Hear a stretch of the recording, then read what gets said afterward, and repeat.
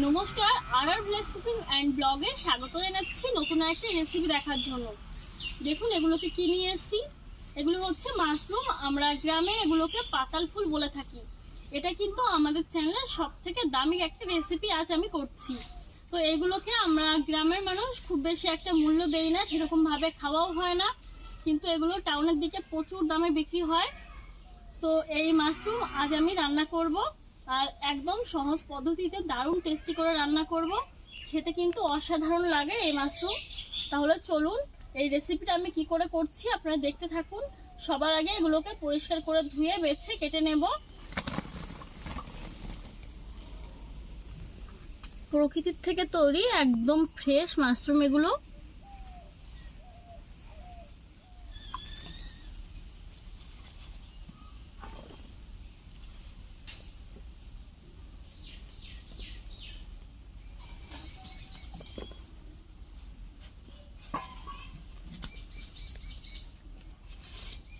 এই মাশরুমগুলো মাটির তলার থেকে হয়, তার জন্য অনেক বালি মাটি লেগে থাকে। মাশরুম ভালো করে ধুয়ে নিয়েছি, 5-6 বার ধুয়েছি। আর দেখুন ধোয়ার পরে সাদা হয়ে গেছে, কোনো বালি মাটি কোনো কিছুই নেই। এগুলো ভালো করে ছুলে নেব। একটা পাতলা আস্তরণ থাকে দেখুন।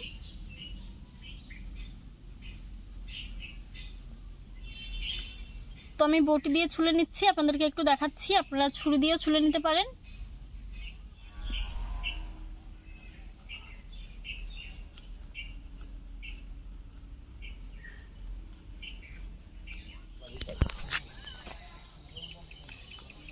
ঠিক আছে, মাশরুম ভালো করে পরিষ্কার করে নিয়েছি। মাশরুমের ওপরে যে একটা পর্দার মতো আবরণ থাকে, তো এটা আমি তুলে নিয়েছি। এখন ভালো করে সেদ্ধ করে নেব। উনুনটা ধরিয়ে নিচ্ছি, দিয়ে দিচ্ছি জল।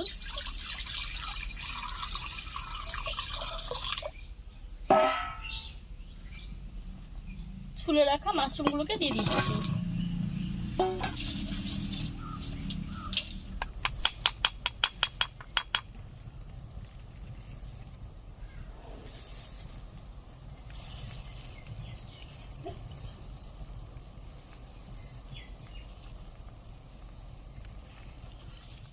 মাশরুম সেদ্ধ বসিয়ে দিয়েছি, আর মাশরুমের জলটা ফুটতে শুরু করে দিয়েছে। এখন দিয়ে দিচ্ছি লবণ।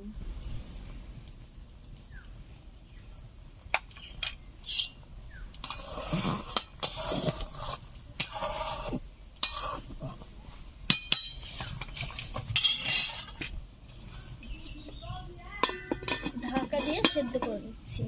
মাশরুম সেদ্ধ হতে থাক, এখন আমি কিছু মশলা বেটে নিচ্ছি। জিরে বেটে নিচ্ছি,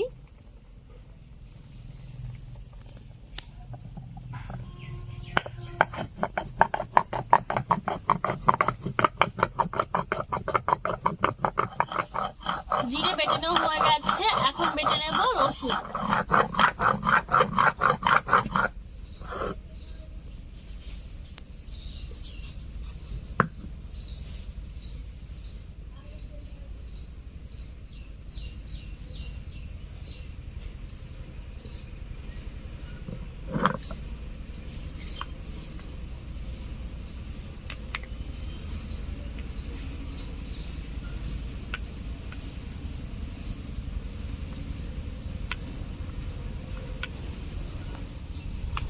রসুন।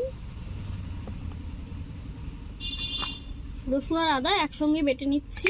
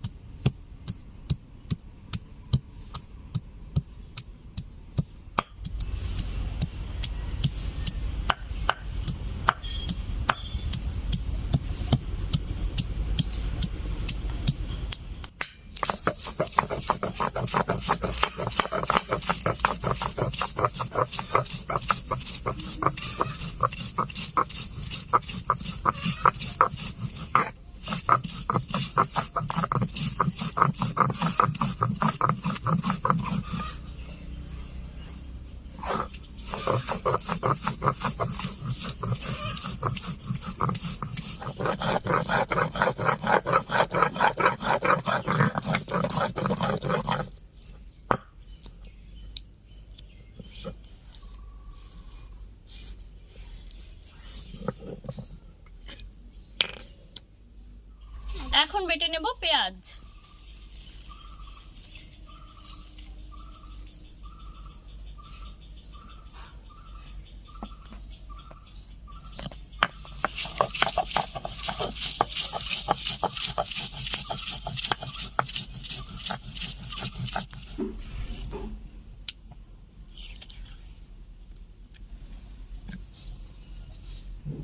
পেঁয়াজ বেটে নিয়েছি, এখন বেটে নেব শুকনো লঙ্কা।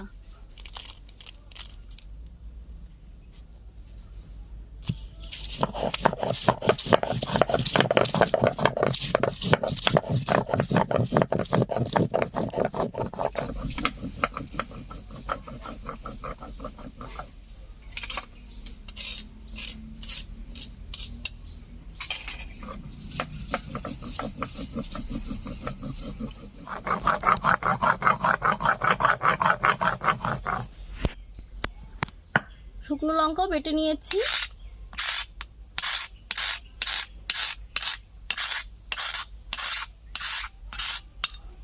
মাশরুম সেদ্ধ হয়ে গেছে, এখন তুলে নিচ্ছি।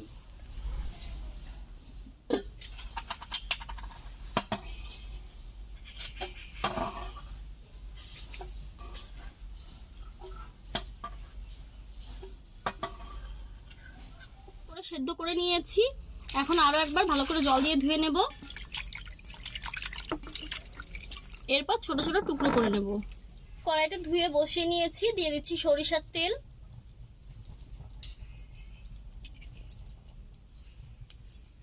ছোট ছোট টুকরো করে নিচ্ছি।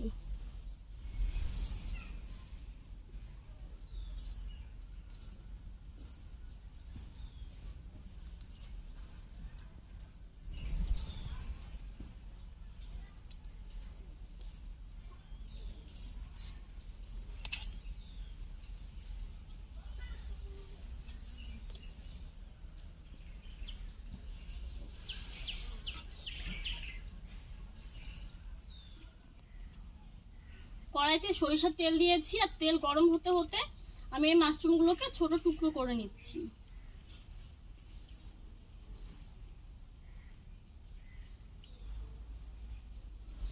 মাশরুম এরকম ছোট ছোট টুকরো করে কেটে নিয়েছি।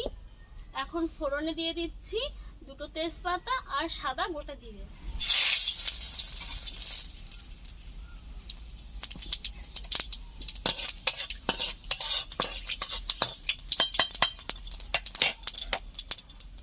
দিয়ে দিচ্ছি পেঁয়াজ বাটা।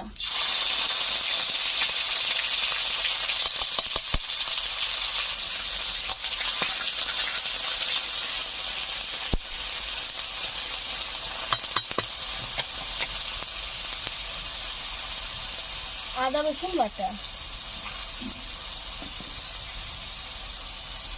জিরে বাটা,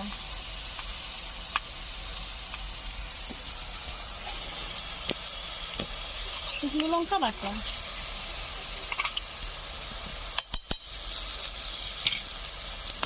পরিমাণ মতো হলুদ গুঁড়ো, দিয়ে দিচ্ছি লবণ।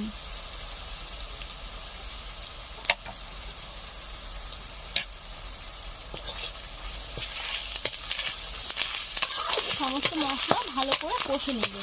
মশলা ভালো করে কষে নিয়েছি, এখন সেদ্ধ করে রাখা মাশরুম দিয়ে দিচ্ছি।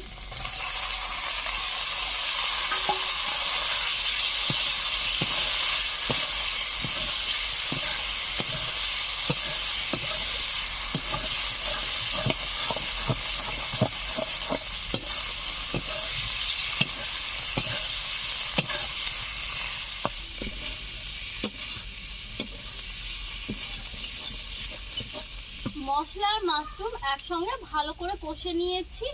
এখন দিয়ে দেব সামান্য পরিমাণে জল, কারণ আমি বেশি গ্রেভি রাখবো না।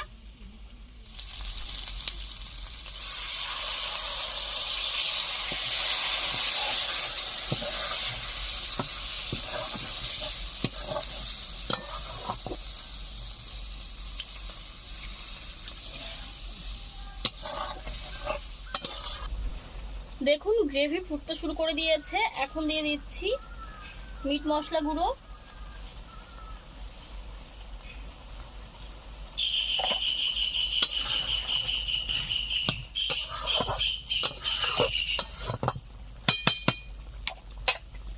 ঢাকা দিয়ে মাত্র 2 মিনিট আমি জাল করে নেব। রান্নাটা হয়ে গেছে, এখন নামিয়ে নিচ্ছি।